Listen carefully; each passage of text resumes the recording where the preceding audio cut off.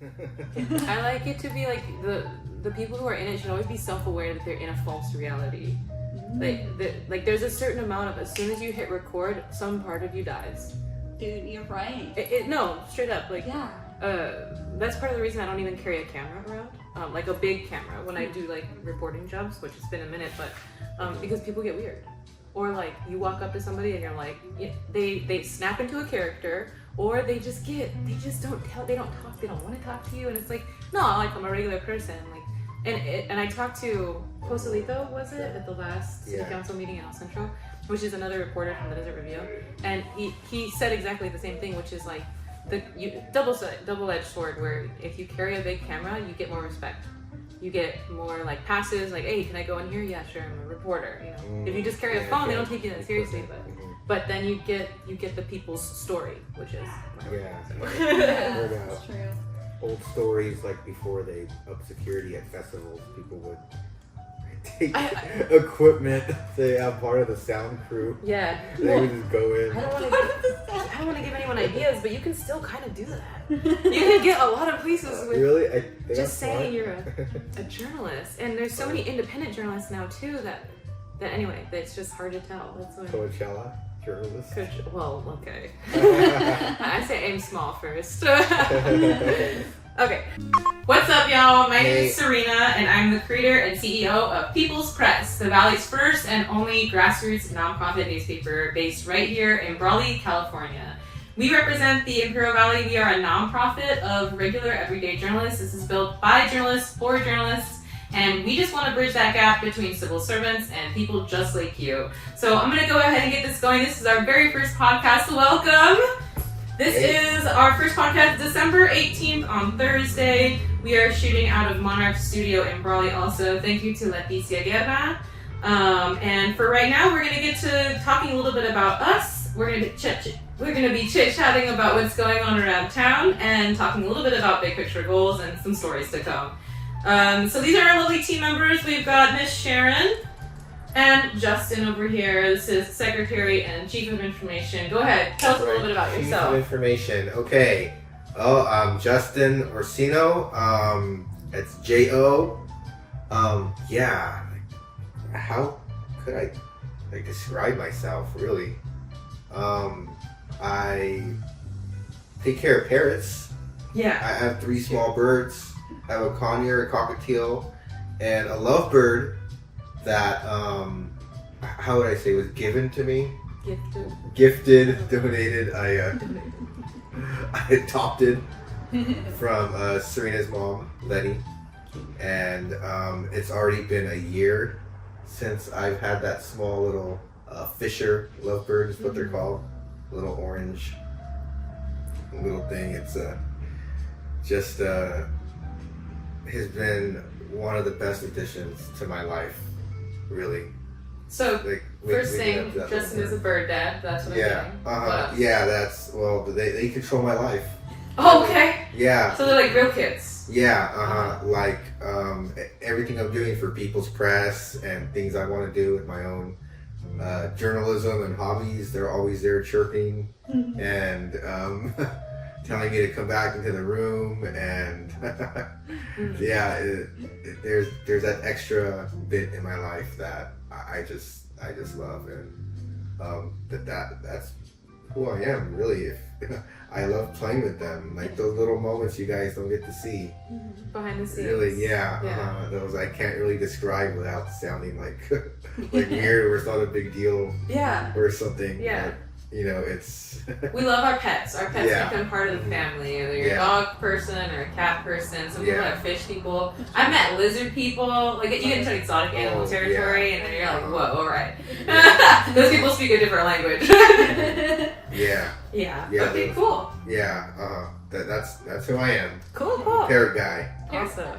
Sharon, how do you do? How do I do? I'm doing well. Thank you for asking. I am the secretary, as Serena has said. I'm a cat mom. I was a cat woman, but I am a cat woman. Okay. And I also have a son, 4-year-old son. He's the best thing in the world. He's so cute. What else? I mean, I'm married. I do this. Yeah. People's Press. I do a lot. I juggle a lot. You do. You're a tutor. I'm a tutor. What else? I know there's more. I'm a photographer. Yes, that's right. I'm a writer. I'm working on a book. I'm going everywhere. Yeah, I'm everywhere. It starts here. It's okay. This is the platform where we get to talk about our dreams and follow through. People's Press is not just going to be a news outlet. We want to make sure to publish your stories, short form and long form. So hopefully, eventually, we get to publish your book. That would be super awesome. Yeah. Yeah, exactly. So fingers crossed and just sit tight, I suppose. I guess. It's going to be a long ride. Yeah. I'm glad to have you guys along. Thank you. Yeah, and then we're gonna, I guess I'll say a little bit about myself. I was gonna put that off until the end, but Yeah. my name is Serena. I've been a journalist for a couple of years now. It's something I didn't really set out to do. Somebody sent me the job posting like forever ago, and I just said, well, why not? I was depressed. I was in a pretty dark place, and I needed something to take me out of it. And I had lived in the Valley for so long that coming back, I had to rediscover it and introduce myself to all these communities, and journalism was seriously the best way to do that. And this is how I met you guys, so I'm really grateful for the industry and the people I've met along the way. So I've got that behind me, and in addition, I'm an artist and I do a lot of spiritual work. And then I've got a couple of degrees from ASU, but we will move on from here. And let's see a little bit about our values for People's Press. Let's see about any questions. What do we got for chit chat, my dear? Well, there's one thing I'd like to ask. What's one thing you noticed this week that most people overlook? One thing I noticed. That people overlook? Hmm. I was doing deliveries. I work for the family business. We do Monarch photography here at the studio, and we do volume schools and teams and things like that. I was doing some deliveries the other day, and I walked into a few of the schools. It's actually not the only school, but specifically was it McCabe. There's two schools at McCabe. One of the schools at McCabe, the front desk woman is like Christmased out to the max.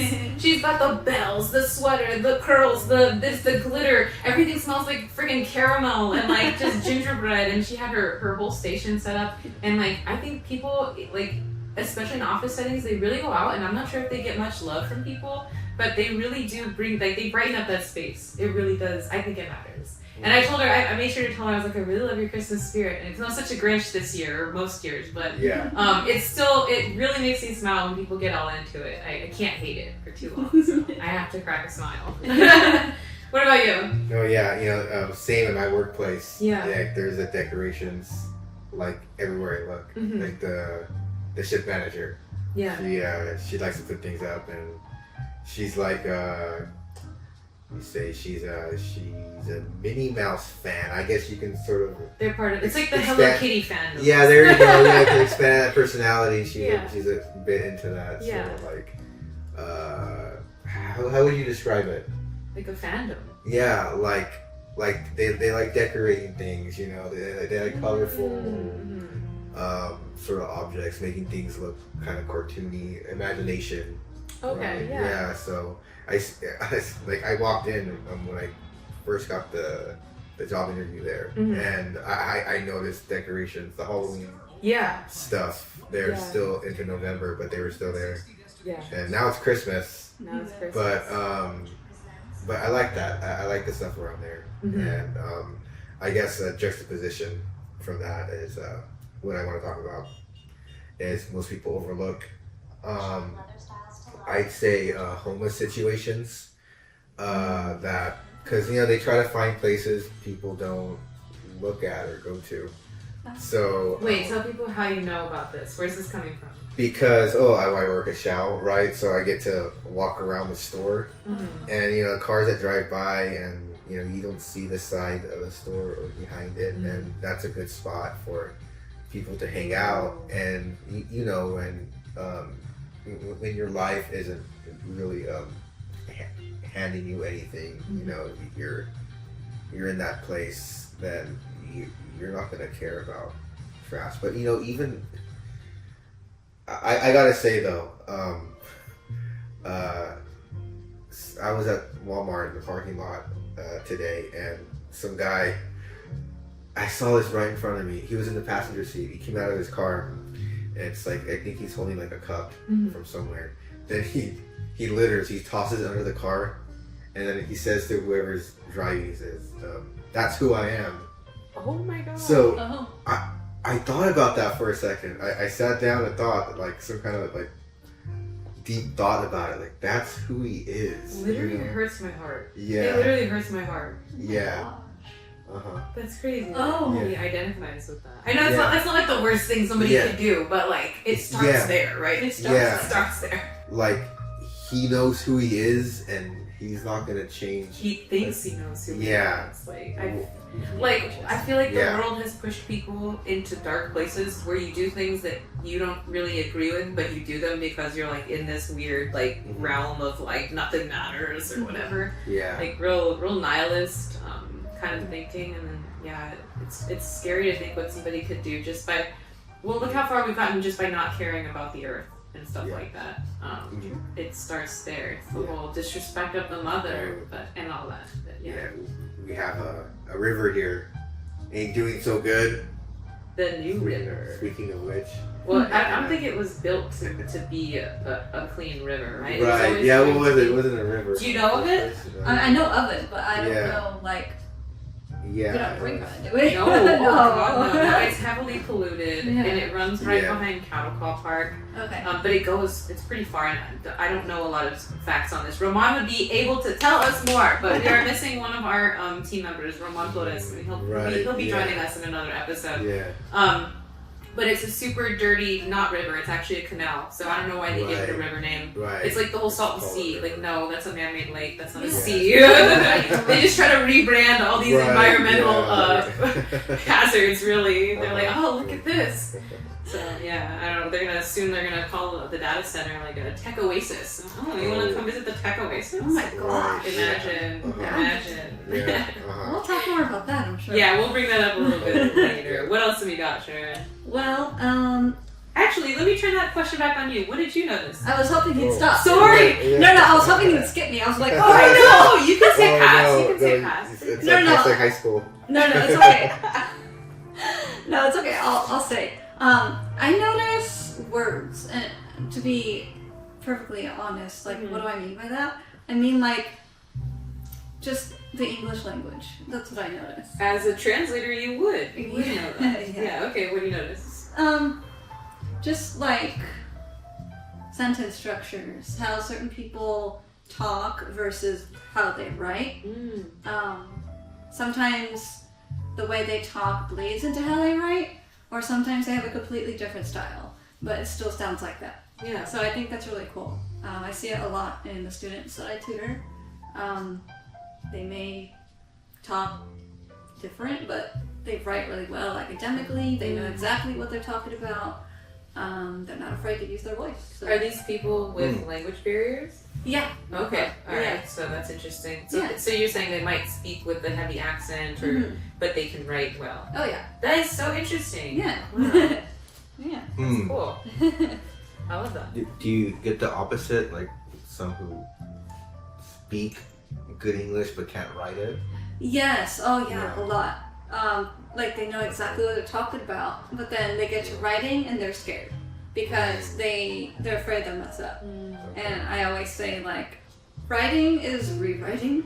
Nothing is perfect, but practice makes better.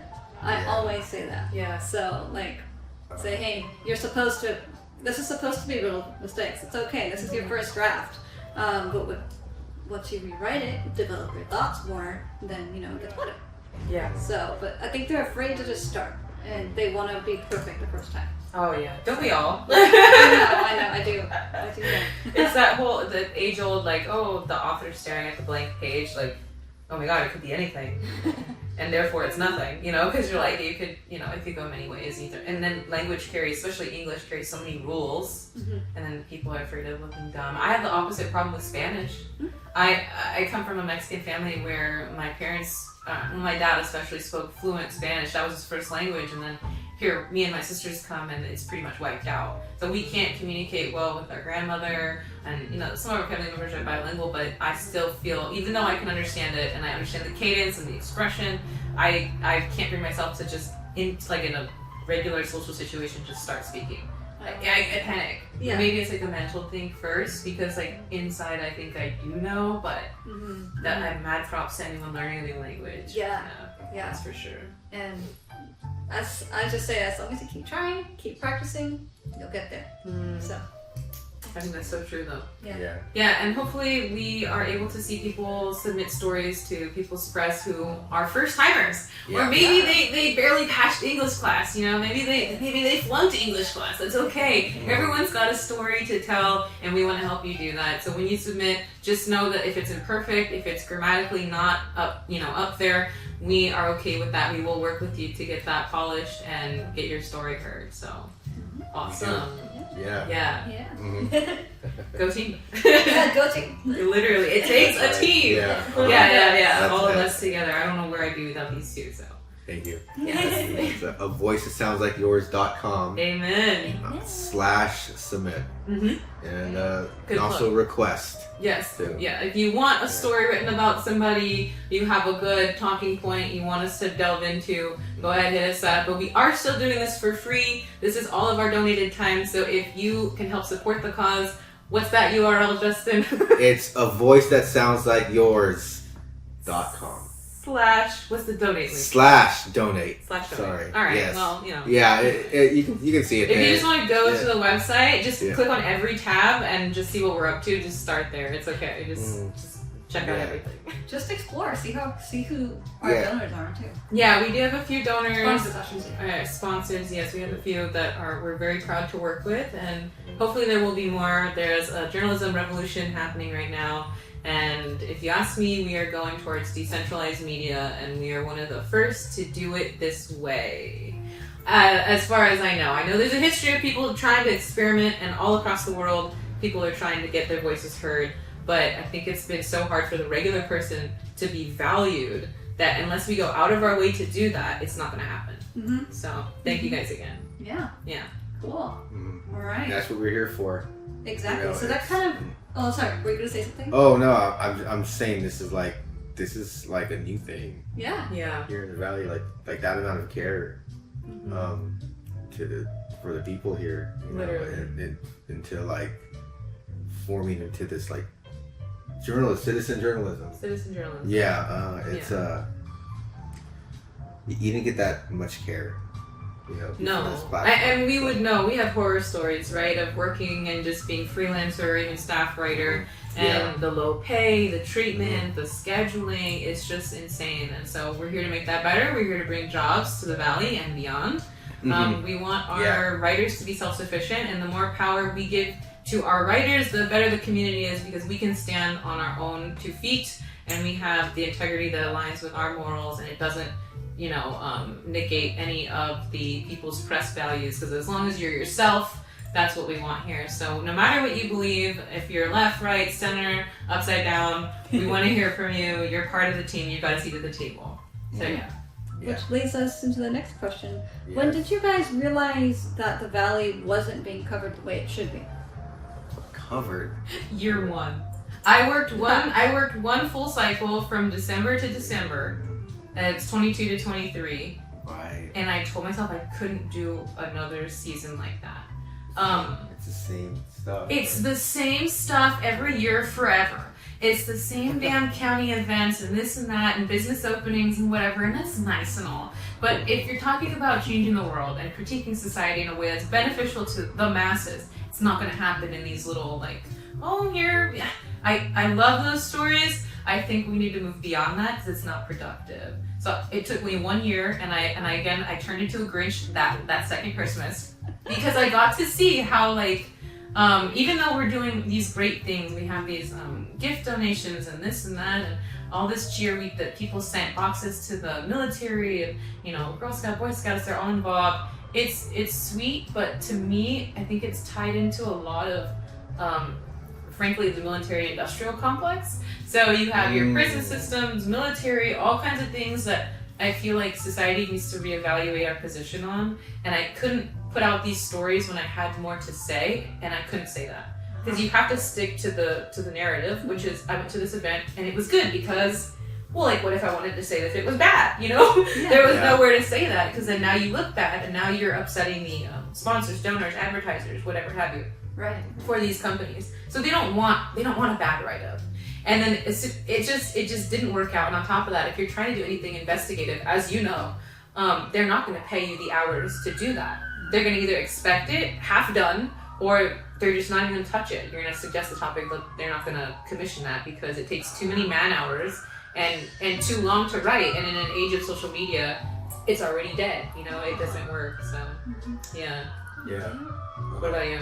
I think we're in a great position to like work for ourselves in a way. No, you know? it is. Yes. Like, is this the power of a nonprofit? Right? Or is this, can anyone do I this? think it's the I don't power know. of people coming together who care. I know that sounds Okay. a little cheesy, but I think nonprofits can also be used for bad things, evil things, and we need to be careful not to go that way. We need to care for this in a very like intentional, like integrous way, and so we need to be careful about who's on the board and stuff like that, because anyway, the elite know how to turn that stuff around. And I don't want it to fall into the wrong hands. So as long as we can take care of this, I think that the sky's the limit. But the point of what I realized when I was writing for that 1 year throughout the staff writers freelancing and stuff like that, and then I freelanced for a little bit after that, but it really was, my heart wasn't in it anymore, was just that we had nowhere to stand. If you wanted to disagree with an employer or whatever have you, you'd be out of a job like that. There's no pay, no nothing, no backup, whatever.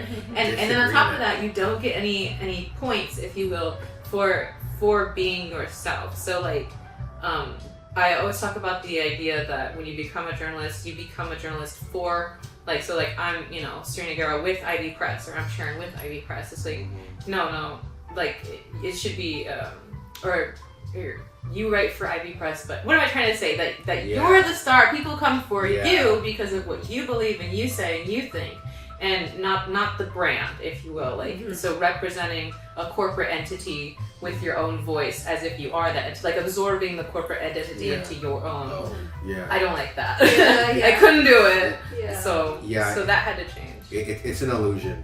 That's what it is. They don't want to say published by just what their organization name is. They want to put a person's name to make it look human. Yeah, to make it look human. Yes.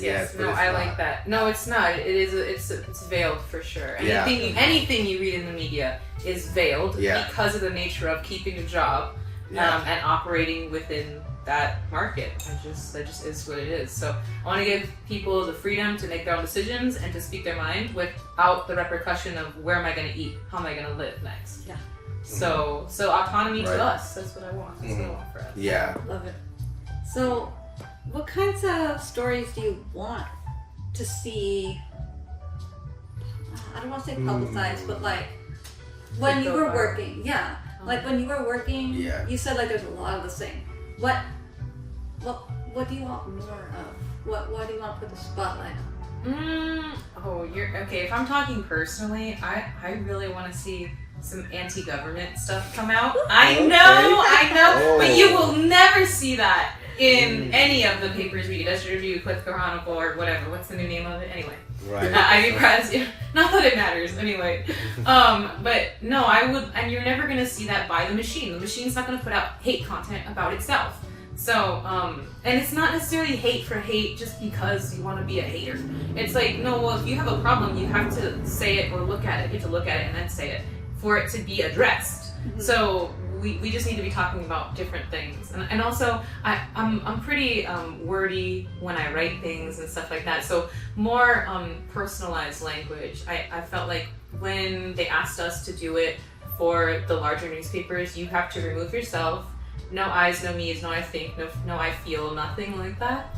And so you're stating these facts as if they are facts, but they're not facts. They're talking points that are like implied by the narrative. So again, it's just weird. I don't think it's the way to go anymore. I don't think that's going to sell, especially with AI on the table. Yeah, if you want the facts, just make ask it to do it for you, and it'll do it. So it's like, the things that are gonna matter are the stuff about tell me about your life as a bird dad.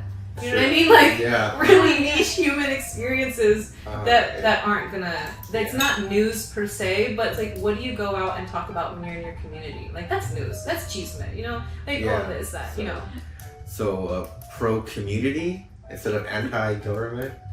Well, but you could say that they're pro community. I'm talking anti. I am. No, I know, and it's like no. It's a nuance. That's a nuanced discussion, perhaps for another time. But what am I trying to say? I just want to break out of the box, and if the box is controlled by the government, then the natural response would be anti-government, to be able to analyze itself for the betterment of the community. But again, it's like if you can't talk about it, it doesn't go nowhere. Is anti-government? Can you explain? Well, maybe anti-government sounds a little like no government, less government, or not this government. I don't know. Another kind. No, I didn't say presidency. I just said not this government. God, what that implies. You know, like, oh, you hate Donald Trump. I mean, I didn't say that, but. Okay, so what I'm trying to say is the establishment. So if you just want to go back to whatever year they say that we were established as a nation, which I'm not sure if I buy that either. It's just, anyway, who do you think was writing down these history books and these narratives? It's like the winners. Yeah, that's what I'm saying. Like you could go to anyone and just be like, "Yep, that definitely happened," and then they sign it, and then they're like, "Yep, I certified that happened." Yeah. And it's like, well, I don't know. Most of those guys, we'll see. What's the real history? Yeah, well, and that's why oral histories, written histories, like your everyday person, like if you don't capture that, you're missing the majority of the story. Who cares about these, like, you know, rich elites? I mean, I guess it matters, but I'm saying in terms of the representing the fuller story, that's like such a minority of people who live with that kind of mindset and worldview and stuff. It's like pretty much we're down here trying to, you know, scrape for pennies and all this other stuff. So if we can't rely on the system to give us jobs, you know, we need to make our own jobs and then leverage that power in a healthy way. Yeah, it's quite uneven. Yeah. Here in America, it sucks it got that way. You know, but, well, I think the internet and stuff like this, it has democratized the process too. Like we're filming this on my iPhone. We put together like it's like anyone can start and say something now. And again, you still deal with censorship on the platform, certain platforms. So it's not a foolproof thing, but we're getting somewhere. At least the platforms like YouTube have been a great growing, like grassroots, very like. Niche stuff. The algorithm will find you if it's for you. Yeah. So, yeah. Okay. No, yeah. I love this so far. Yeah. Thanks for viewing. Yeah. Thanks for sticking with us while we kind of find our thing. Yeah. Press that like button. Yeah. Wherever this is. Smash that like button. Smash it, right? Smash it. I was like, what's that word? That's not like press. No. Like punch it or punch it. Like, pop it. Oh my god. Oh my gosh. Okay. Well, I feel like you guys kind of covered a lot about like how much you want to see and how we're going against the mainstream journalism.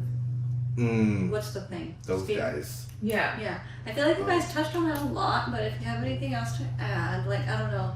Justin. I just want to say don't watch the news on TV. Yeah. I have a roommate right now and I hear, I think, CNN or Fox just playing past the door. Yeah. And I tell my mom, that's the worst thing you could ever watch is the news. Watch anything else, a TV show, something, just not the news. On top of it being the worst thing? If you were to fall asleep while watching the news, forget it. It gets like put in your head and you're just like, this is now you're programmed. Yeah, this is the way the world is, and it's like this internalized, it's very divisive, which is part of the reason that most of our branding is focused on being bipartisan, even though there's more than two parties. But yeah, I think, again, if you're talking solution-based thinking, there's no point in fighting the other if we have the same basic needs and wants. I don't think a lot of media companies are focusing on that strategy either. And maybe it's because it's harder to sell, and maybe it'll take us a little while to build a fan base who understands and is invested. But long term, I think that this is the way to go, and we're not gonna be the last. This isn't it. It's just the beginning. Mm-hmm. Yeah, no, I love it. No, yeah, people are gonna watch the most recent episode, all the time. Yeah. So episode 1, episode 2. No one's watching Joe Rogan episode 1. Well, maybe. Maybe some super fans. You're hating on a great right there. Oh, right. Oh, yeah. If you want to go deep. I just heard someone say that podcasting is the new Hollywood. I said, oh, damn. That was today before I came here. I was like, oh, okay. Hollywood? Yeah. Like the way people are paid? Yeah, paid and the culture. Okay. Oh. Interesting. Yeah. Culture. Yeah.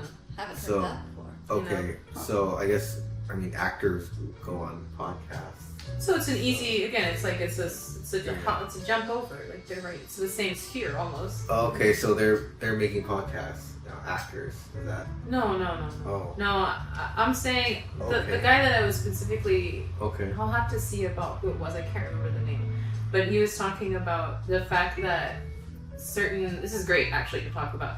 Mm-hmm. That certain podcasters, and I think they were alluding to people like Joe Rogan, who knows, have had this massive come up. They're like celebrity status of their own. They hang out in those crowds, and so they have access to certain, benefits and things.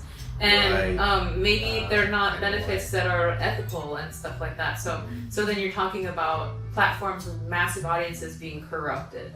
So, or people coming in having known that was the point all along. Come in, play a character, build an audience, and then turn on them or use them to leverage a certain decision long term. So yeah, the power of podcasts, the power of the spoken word is really out there right now, and it's the Wild West, but it's like oversaturated at the same time. It's like old in a matter of 10 years? How long? 20 years? How long has it been available for people to podcast? Since the internet, since the 2000s, 2005-ish. That's when it started. A lot has happened, and it's gonna keep going. Age of Aquarius.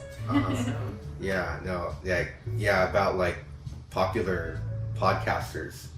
People, like you said, like they get this status because people want to go on their shows and show people who they want to portray who they want people to see them as. And if they get on a popular podcast, like that's how people are going to know them as.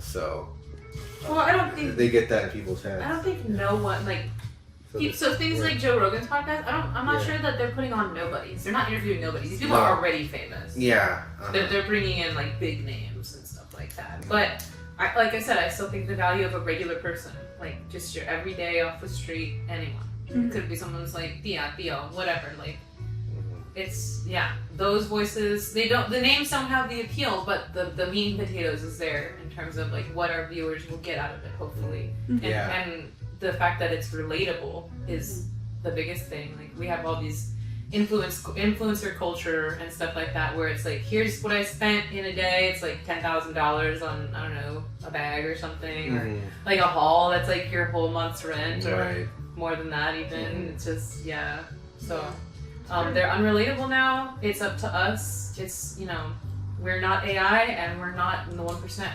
So we're just like you. No. But we're not safe from AI. Yeah. So. No, I think I don't want to ever be in the frequency of fear, but I think to be aware of what we're up against and the world we're coming into, and just if we can know where the pitfalls are, we can just kind of like just avoid. There's definitely a video game reference in there, but I don't play video games, so I was like, I don't know. We should probably stop now with AI. With AI? Maybe, it's in this like fun little phase. Oh, you mean Yeah, you mentioned Wild West. Well, it is. You say it is like that with AI. A fun little phase. It's been out for longer than they told us. Of course, by the time it becomes common use, it's already been they've had. So it's new to us, and I think as long as we know that also, we don't underestimate it. So it's not like, oh, haha, I just, I don't know, I made a celebrity do some silly thing or whatever have you. Oh, no, it's so much bigger than that. Like, it's not just, like you with your AI videos and like, I don't know, what did you have, the birds were like detectives or something? Oh, yeah, that was cute. A scenario, like, that's cool to see, but don't underestimate AI and like, oh, that's as good as it gets, or, oh, that's what people want to do with it. No. They're gonna do... Yeah. I'm gonna stop there. We did it to 1984. It's already 1984. Speaking of, isn't that a banned book now? Is it? I don't know. Banned, Legit? I thought it was. It's like, there's a list of banned books. I think it's part. Yeah. Wow. I know Catcher in the Rye is a banned book. I think... Oh my gosh, I think Animal Farm is one too. I think. I have to double check that. There's like all the things I read in high school. Exactly. The Scarlet Letter too, I think. What? I think. Hey. Don't quote me on that. No, that's in like Think. elementary school. Look it up. Here we'll Look it paste up. a list of banned books right here. We'll have a scrolling Star Wars list. We'll see, I guess. Yeah, no, I'm just kidding. We'll see. Maybe our tech production isn't all that yet. Hold on, guys. Hold on. 1984, you can check out at the library. Okay, cool. Well, then So, I'll stop then. I know. Yeah, okay. I'm not sure what banned would mean. Is it from the schools? Is it? Yeah, I think even like Birds of Terabithia is banned because of some like shocking or traumatic elements. Have they seen the movies that are out there? I know, right? I'm just like, Yeah. I don't know. It's just like they don't want kids to be exposed to Oh, horrific excuse me. elements. A book? My gosh. Yeah. I think that's what it is. Brave New World, that's what I'm thinking of. Brave New That World. one was That weird. was, I know. I need to read those books. Brave New World's a good Yes. one. I will say. Yeah. Yeah. Brave New World's a good Okay. I'm getting there. one. Is there like a movie? I was gonna say Oh watch. my gosh, literally the whole point. Literally. I'll read it. There's a reason they don't usually follow the book when they make movies. Other than, Right. we just want creative Okay. liberties. It's like, no, you're slowly distorting Yeah. history. That's not the book, but in people's heads, it's going to stick. Oh, yeah. Right. Mhm. You know, there are some movies I look up, like at Wikipedia, and it's like, wow, it's a book. I didn't know that. Mm. You know, like The Truman Show was a book, and you know, that's a movie I just, because they changed the title, right? It's a book no one knows about, but like the director finds it, and he's like, hey, this is cool. You know, making a movie. So A stolen idea. yeah, Unheard right, of. yeah, it's like based off of it. Like they changed all these, Of course. like they changed it, like everything. Yeah. Wow. That's crazy to me. Yeah. Well, you know, some movies get me to want to read the book, like Hitchhiker's Guide to the Galaxy. Like I'll get a condensed version in the movie. Then I read the book, I'm like, whoa, I'm like imagining these extra scenes. Yeah. Yeah, extra scenes or like the Yeah. internal thoughts of Yeah. characters. You're like, oh, okay. So You get to know them better in a book. Literally. Yeah. Oh, yes. You know what? Tell us a little about your book. Do you mind? Oh, yeah, sure. okay, let's go. Tease the book. What's Tease the the- concept? Oh my god. Okay, I'm being put on the spot. Okay, so don't come at me for the names that I picked and the reasoning. The main character, her name is Zolixia, spelled Xolixia. It sounds cheesy. I like it. Shush.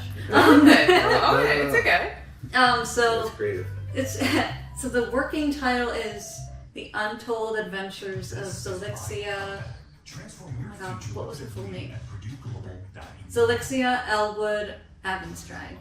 And it's basically based around this big old seaport city, and there's a prestigious academy called Seaport Academy. Working titles. Yeah.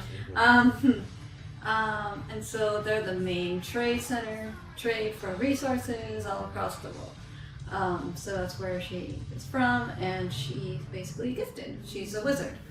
She's not a mage, she's a wizard. Okay. And she meets this guy, and she's best friends with this girl, and something happens. Okay. Yes. No spoilers. And suddenly, Zolixia is forced to leave her quiet life in her comfort zone and deal with some really awful things. And she's very young, she's 17, and so are her friends. And they learn some political conspiracies that turn out to be true. People they trust, ooh, you should not be trusting them. They're doing something bad. But she's coming into her power, basically, in the first book. Yes, first book. I want to make a series. Yeah. So youth adult? You're going for youth adult to like... Youth, yeah. Okay, yeah. Yeah, so it's been mainly fantasy based around this girl, Felixia. She's based on me. And my best friend, her best friend is based on my best friend. And the guy she falls in love with is based on my husband. So yeah, it's based on a whole bunch of people that I know, and I'm gonna include my friends who I made their characters, so they're involved in the book too. So I'm really excited about this one scene. I can't say much about it, but yeah, it's progress. It's a process. How many chapters? I'm only on chapter 2 or 3. Okay. Yeah, because I've had not a lot of time to just sit down and write. Yeah. And think, but you know, I think I'm gonna get back in the groove of things. So the next year is gonna take off. Yeah, whatever project you've got, it's gonna take off. Yeah. So that's kind of a sneak peek of what I'm doing. Cool. Well, guys, I'm very glad to have you here. You guys have any Christmas plans? Christmas, wow, that's next week, huh? It's next week. Yeah. It's next week. You know, I bought this cooling fan for my broken laptop. It did so much for People's Press all year. Iconic. Yes, it had to give out, you know. Someday it had to, but I saw the eBay tracking the other day. It was after Christmas, so I thought, okay, updated today, December 24th. Okay. Yes, getting it on Christmas Little Eve. gift for yourself. Yeah, so it's like Santa delivering something to me.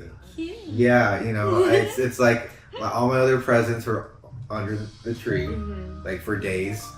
This is like something coming to me on Christmas Eve on that day for I think the first time in my life, like that. Something being delivered on December 24th. Okay, so you're looking as forward it says. Yeah. Yeah. So that's my plan, to get that cooling fan. Is the UPS guy coming through your chimney, or how's he gonna get it? I'll put that as a special request. Oh yes, yeah. Leave him some cookies. Yeah, I might. You know. You might. Why not? Maybe if I catch him at the door. Oh, you know, that'd be nice. give them some holiday cheer to them somehow. I mean, damn, he's working on December 24th. Yeah, it's something. Yeah. Something nice. That'd be cute. Cookie gingerbread man. Something like that. Here you go. Love that. Cute. Anything for you, Sharon? Yeah, going out of town. I'm not gonna say when because I don't want people to steal stuff from my house. Yeah. But yeah, we're gonna go out of town and it's gonna be fun. We're gonna see a whole bunch of friends and family, and obviously we're taking the little one. And driving for 6 hours. Okay. Cool. So will it be snowy where you're going? Well, that's a good question. I don't think so. It doesn't snow up there. Okay. So yeah. All right. Yeah. Christmas out of town. Nice. Sounds like fun with everyone. Yeah. Oh yeah. Family. All that. That's cool. We don't see the family over there a lot, so it's gonna be nice to just hang out, chill, relax, not worry about the world for a little bit. Yeah. That's been the benefit for me to get off social media. I don't know if you guys are gonna stay on during the holidays, but it's like information overload. It's too much, and it's like if you're trying to disconnect or just like find yourself, like what does your own voice sound like? You know, because you're just constantly having this input. So hopefully people are able to disconnect a little bit for the holidays, and then People's Press will be back strong after the new year. So we're kind of in like a well, I like to say like all the best bands went on hiatus. So we're moving slow in the background. We're kind of burnt, honestly, you and I, and then we all have our lives outside of this endeavor. So thank you for coming along on the journey. We will be back. Let's see, either every week, every other week. I don't know. Stay tuned for the scheduling, and All right.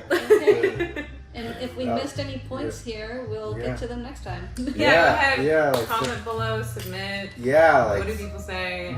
Some big things happening in the valley, I'm sure. You know, submit a story, right? A voice that sounds like yours.com. Yeah. We'll talk about it, okay? That's it. Definitely will. Thanks, guys. Until next time. Thanks for watching. Thanks for listening. See you guys. Bye. Podcast out. Cool, guys. Cute. Okay, was that like... Here, get up, hug me real quick. Oh, let's go. Oh, yeah, we have to hug. Let's go.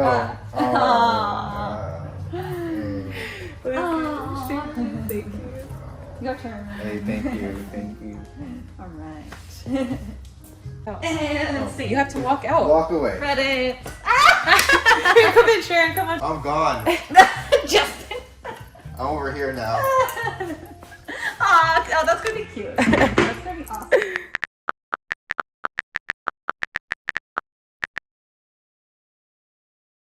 Thank you so much again to Sharon and Justin, the lovely teammates here at our first ever podcast for People's Press. Thank you so much for caring as much as I do about the community, the state of the world, where we're going, how we're going to get through this next era that is upon us. This is not a paid endeavor, y'all. Realize that's how much we care about you. That's how much we care about the community. And we just want to see us be the change we wish that there would be. So thank you so much to the viewers who have made it this far. We've got some OG fans, but y'all, it's gonna get wild in 2026. Things are gonna happen. Changes are gonna be made. And we wanna hear from you. So if you have a story to submit, just one page, write us one page, 500 words, you could type that out on your phone. You could write it on a piece of notebook paper and mail it in. Come on, what are you waiting for? Let's save these stories for future generations. The history book of tomorrow is up to you. People's Press, a voice that sounds like yours.com. Let's go. Did you ever think the future of journalism would be born right here in the little old valley? Well, now you know. Stay tuned.